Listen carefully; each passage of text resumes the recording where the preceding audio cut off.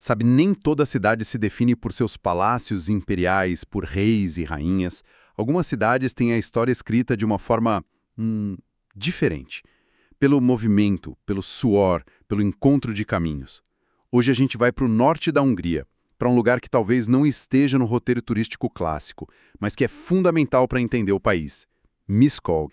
É uma cidade que nasceu no ponto exato onde as montanhas Bükk encontram a grande planície húngara.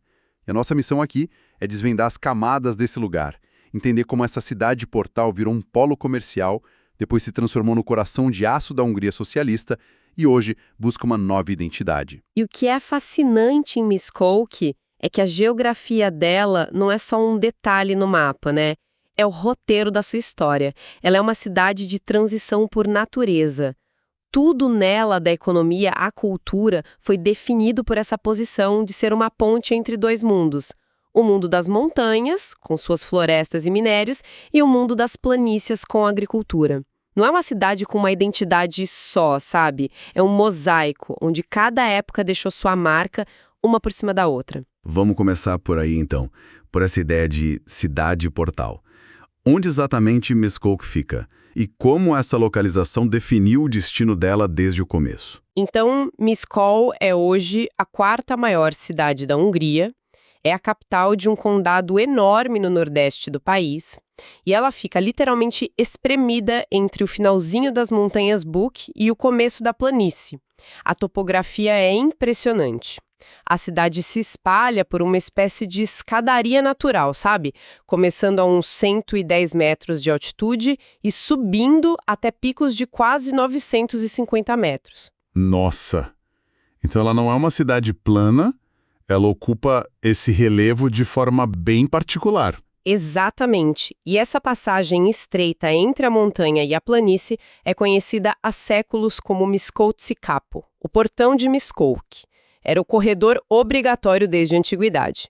Se você quisesse levar os grãos da planície para as vilas mineiras nas montanhas, ou trazer madeira e ferro das montanhas para vender na planície, tinha que passar por ali. tinha que passar por ali. Era uma artéria econômica vital que conectava ecossistemas e culturas completamente diferentes. Uma coisa é ser um ponto de passagem natural, né? Outra bem diferente é ser oficialmente importante. Quando que Miskolc ganha esse selo de aprovação do poder? Essa é a virada de chave. Isso acontece em 1365. O rei Luís o Grande, uma figura importantíssima na história húngara, eleva Miskolc ao status de cidade-mercado.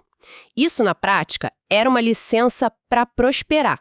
A cidade ganhou o direito de organizar suas próprias feiras, que eram o motor da economia na época, e de eleger seus juízes. Dava uma autonomia enorme. E isso não acontece no vácuo, né? As fontes mencionam um castelo ali perto. Perfeita observação.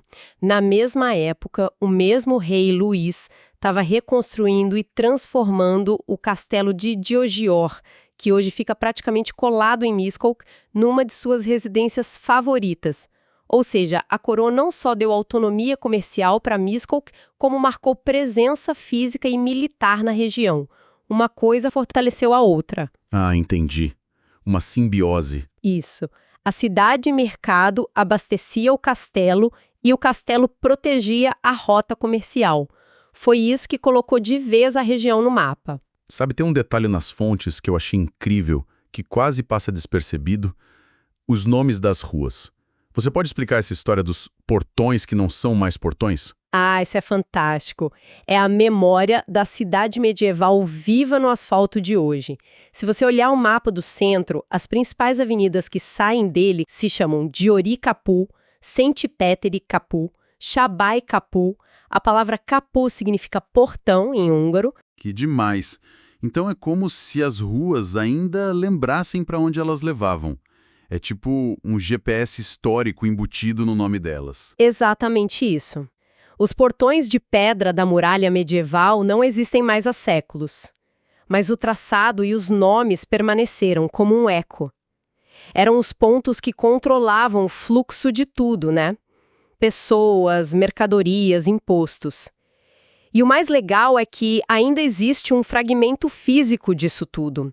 No meio da rua principal, tem uma passagem com um teto em arco chamada Sotet Capo, o portão escuro. Ah, é mesmo? Sim, não é uma rua, é uma passagem coberta. É um pedacinho da cidade-mercado que você pode tocar hoje. Incrível. Mas a história tem seus altos e baixos, né? Depois desse auge veio um período complicado, com ocupação otomana, guerras. A cidade parece que renasce com tudo no século XVIII. Como é essa nova cara de Miskolc? É uma transformação assim da água para o vinho, tanto no visual quanto na política. Depois que os otomanos são expulsos e a poeira baixa, Miskolc começa a respirar e a prosperar de novo. E essa prosperidade se materializa em pedra. É a era barroca e a cidade decide mostrar sua nova força. Ok, então a cidade está crescendo com o comércio. Mas como ela passa de um entreposto movimentado para um lugar com cara de poder, com prédios imponentes? O grande marco é 1724. Nesse ano, a administração do condado decide se instalar em Miskolc. De repente, a cidade não era mais só um ponto de passagem. Ela se tornou centro administrativo de toda uma vasta região. Ah, claro. E com a burocracia veio a necessidade de construir prédios para abrigar tudo isso. Exato. Era Miskolc dizendo: eu sou o centro desta região. E não eram só prédios administrativos. Eles constroem igrejas barrocas suntuosas e um detalhe que eu acho muito significativo: o primeiro teatro permanente construído em pedra no território da Hungria atual. Um teatro? Sim, e ter um teatro desse porte não era só sobre entretenimento, era uma declaração de sofisticação, de que Miskolc estava no mesmo patamar de outras cidades importantes do Império. Certo. Então, no século XIX, a gente tem uma Miskolc que é um centro comercial vibrante e um polo administrativo consolidado. Mas a imagem que a maioria das pessoas tem dela no século XX é outra completamente diferente. Chaminés, fumaça, indústria pesada. De onde veio essa semente do aço? A semente já estava lá, escondida. As montanhas Bük não tinham só madeira, tinham também minério de ferro. Mas o embrião da Miskolc industrial tem nome: Henrik Fasola. Ele era um mestre ferreiro que lá por 1770 construiu a primeira fundição de ferro moderna na região. E essa fundição foi o ponto de partida? Foi o protótipo.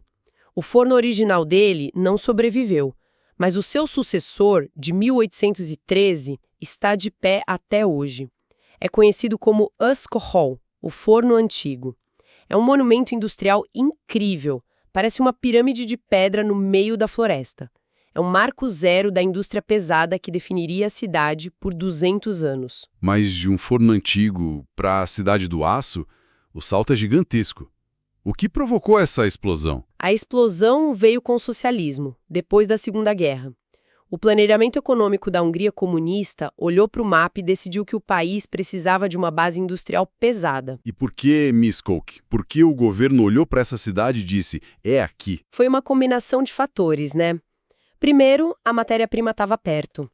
Segundo, a tradição industrial, mesmo que pequena, já existia.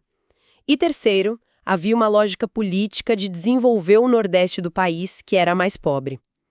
Então, eles pegaram a antiga siderúrgica de Józsgyr e a transformaram num complexo colossal, que mais tarde foi batizado de Obras Metalúrgicas Lenin. E os números dessa operação são absurdos, né? São de outra escala.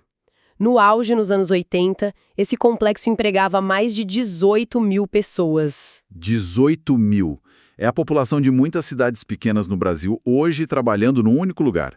A vida da cidade inteira deveria girar em torno da fábrica. A vida da cidade era a fábrica. É nesse momento que Miskolc ganha seu apelido mais famoso, a Selvarus, a cidade do aço. A população explode. Sai de uns 70 mil habitantes antes da guerra e atinge um pico de mais de 210 mil nos anos 80. E para abrigar toda essa gente, o governo construiu bairros inteiros do zero. O mais famoso é o conjunto de Avas, uma colina inteira coberta por enormes blocos de concreto. E isso me parece uma aposta muito arriscada, né? Colocar todos os ovos da cidade numa única cesta, a da indústria pesada. Naquela época, a mentalidade era de progresso e especialização a todo custo. A ideia do planejamento central era essa: cada região com sua vocação. A de Miskolc era o aço. Para consolidar isso, o governo até redesenhou o mapa da cidade. Em 45, anexam Jostyor. Em 50, anexam outras vilas. Eles criam a Grande Miskolc por decreto. A identidade de cidade mercantil e administrativa foi tipo soterrada. A alma da cidade passou a ser operária. O que nos leva aos dias de hoje? Se a gente caminhasse por Miskolc, o que a gente sentiria? É uma cidade fantasma da indústria ou tem vida pulsando ali? É uma experiência de contrastes muito fortes. Se você anda pela rua principal, a Cetinje Isfahn, você se sente numa cidade clássica da Europa Central, com prédios elegantes, bondes passando. Mas basta você levantar o olhar para a colina de Avas e você vê aquela muralha de blocos de concreto da era socialista. É outra cidade, outra história, bem ali do lado. E se você for para a periferia, ainda encontra os esqueletos da antiga indústria, galpões enferrujados, chaminés silenciosas. As camadas da história estão visíveis. E essa indústria, que foi a razão de ser da cidade por décadas, entrou em colapso com a queda do socialismo. O choque deve ter sido brutal. Foi um trauma coletivo. A transição para o capitalismo foi devastadora para a indústria pesada húngara. A siderúrgica, que empregava 18 mil pessoas, foi sendo desmontada. O desemprego explodiu e a consequência mais visível foi o êxodo. Dos mais de 210 mil habitantes, a população hoje caiu para cerca de 147 mil. É uma perda demográfica gigantesca, uma cicatriz. Então, a cidade está no chão. Como ela se levanta? O que você faz quando a sua principal razão de existir desaparece da noite para o dia? Essa é a grande questão que Miskolc enfrenta há 30 anos.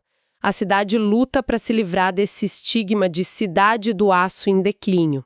E a estratégia tem sido, de forma consciente, redescobrir e valorizar as outras identidades que foram ofuscadas pela indústria. E ela tem alguns trunfos espetaculares na manga, sabe? E quais são os principais? Primeiro, uma atração natural única na Europa.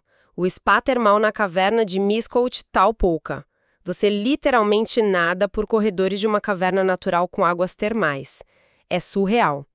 Segundo, investiram pesado na reconstrução do castelo de Jostjo, que voltou a ser a joia da coroa da cidade. E terceiro, estão promovendo a beleza de Lillafjord, uma estância nas montanhas que parece saída de um conto de fadas. Basicamente, eles estão dizendo: nós somos muito mais do que aço. E, para além do turismo, existe alguma outra aposta para o futuro? Para substituir a indústria que se foi? Sim, a outra grande aposta é tentar fazer uma nova transição radical, do aço para o conhecimento. O grande sonho da cidade agora é se tornar um polo de pesquisa e desenvolvimento, aproveitando a base da universidade e a chegada de novas empresas de tecnologia e do setor automotivo, como a Bosch. É curioso, a cidade parece destinada a viver de transformações, de um ponto de encontro de mercadorias para um ponto de encontro de operários e, agora, a aposta é que seja um ponto de encontro de ideias. Exatamente. É a tentativa de escrever o próximo capítulo, de provar que a cidade não é um museu de seu passado industrial, mas um organismo vivo capaz de se reinventar mais uma vez. Ao final dessa nossa conversa, fica muito claro que Miskolc nos conta uma história bem diferente da Hungria, que a gente costuma ver nos cartões postais. Não é história escrita nas margens do Danúbio Imperial em Budapeste, mas uma história forjada no encontro das montanhas com a planície, moldada pelo comércio, temperada no aço, e agora em meio a uma busca intensa por um novo futuro. É uma cidade que carrega no corpo, na arquitetura, as marcas de cada uma dessas vidas que ela já viveu. Pois é. E a trajetória de Miskolc levanta uma questão que vale para tantas outras cidades industriais pelo mundo, né? Quando a indústria que definiu um lugar por gerações vai embora, o que sobra? A identidade de uma comunidade está só no trabalho que ela faz? Ou está na sua resiliência, na sua capacidade de olhar para a própria história, para a sua geografia única e encontrar ali novos significados? Miskolc está vivendo essa pergunta, em tempo real, agora mesmo.